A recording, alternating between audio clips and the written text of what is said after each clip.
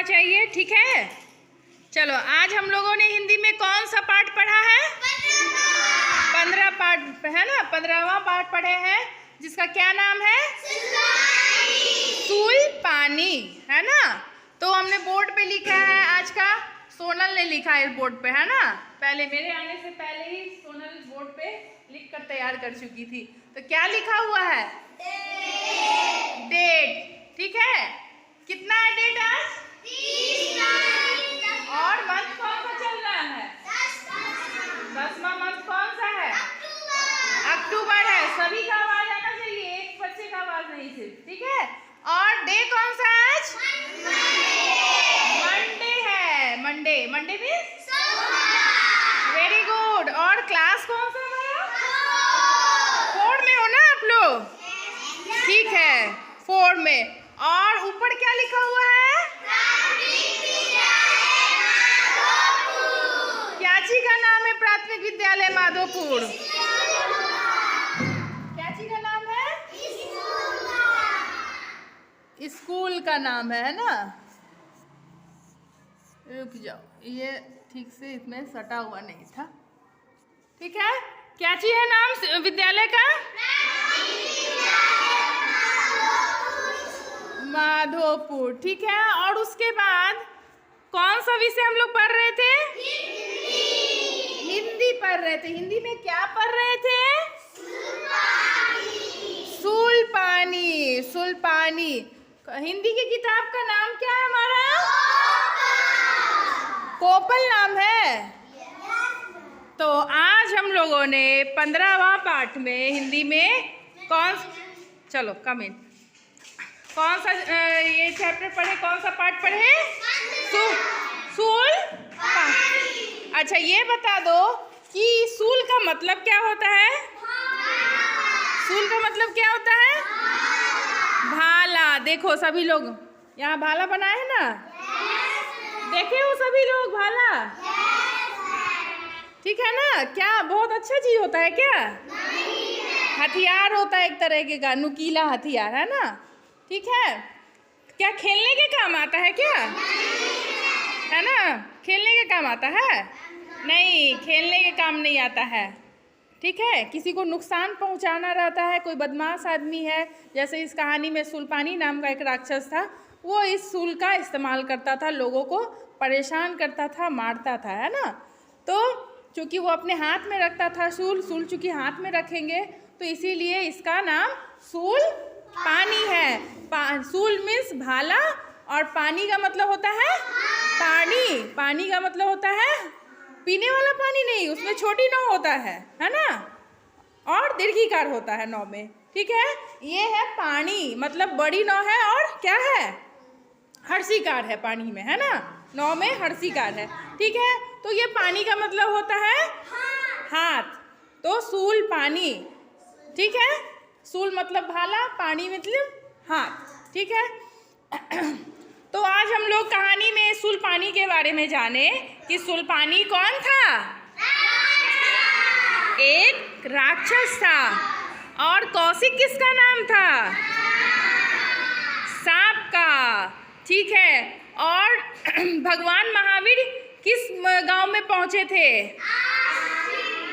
आस्तिक गांव में। चलो बढ़िया है।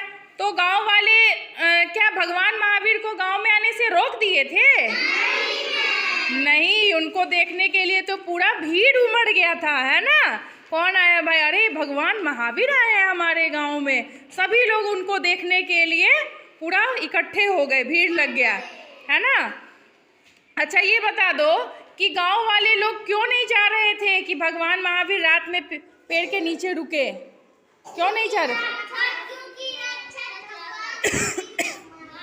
हाँ, क्योंकि उनके गांव में एक राक्षस रहता था जिसका नाम था सूलपानी, और वो लोगों को मार देता था, है ना। इस डर से वो लोग चाह रहे थे कि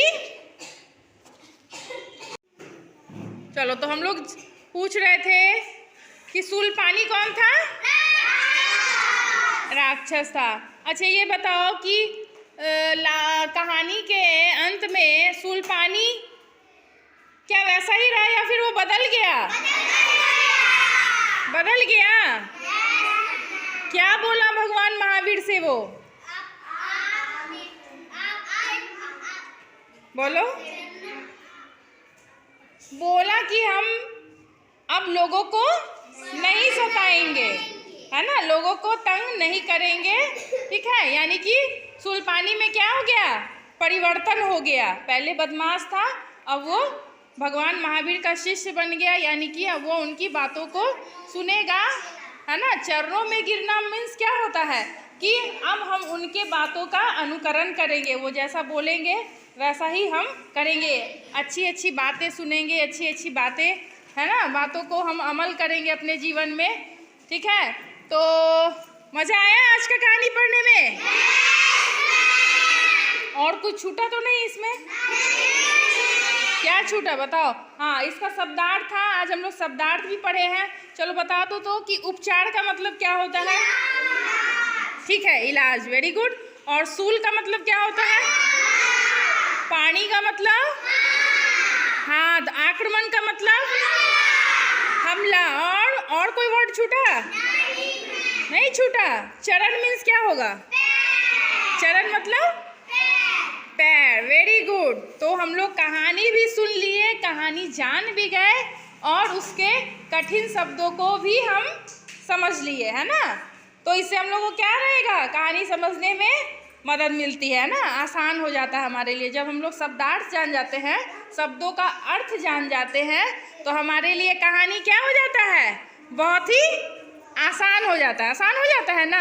अब हम पता चल रहा है कि कहानी पढ़ रहे हैं, सोनल बातचीत नहीं, कहानी पढ़ रहे हैं और शब्द का मतलब ही नहीं पता है। अब स्वयं वर्ड पढ़ रहे हैं, स्वयं, स्वयं मतलब क्या होता है? मतलब कि खुद, है ना। तो ये सब कुछ शब्द हैं जो कहानी में शब्दार्थ के अलावा भी आता है, ठीक है। बातचीत नहीं करोगी, ठीक है, तो उसका मीनिंग जानना ज़रूरी है ताकि कहानी समझने में आसानी हो, ठीक है। फिर आज हम लोग हिंदी का क्लास यहीं पर ओवर करते हैं, ख़त्म करते हैं। फिर नेक्स्ट डे आधे बच्चे जो तुम लोग रीडिंग दिए थे आगे से, फिर जो बच्चे बच गए हैं, सूरज, ठीक है, तुम लोग किताब देख कर आओगे कृष्णराज, है ना। आता है ना रीडिंग? तुम तो पढ़ लेते हो, राजन भी पढ़ लेता है, ठीक है। तो बाकी बच्चे जो बच गए हो इधर से, फिर ठीक है ना, उन लोगों से हम कल रीडिंग दिलवाएंगे, ठीक है ना। चलो, ओके, थैंक यू।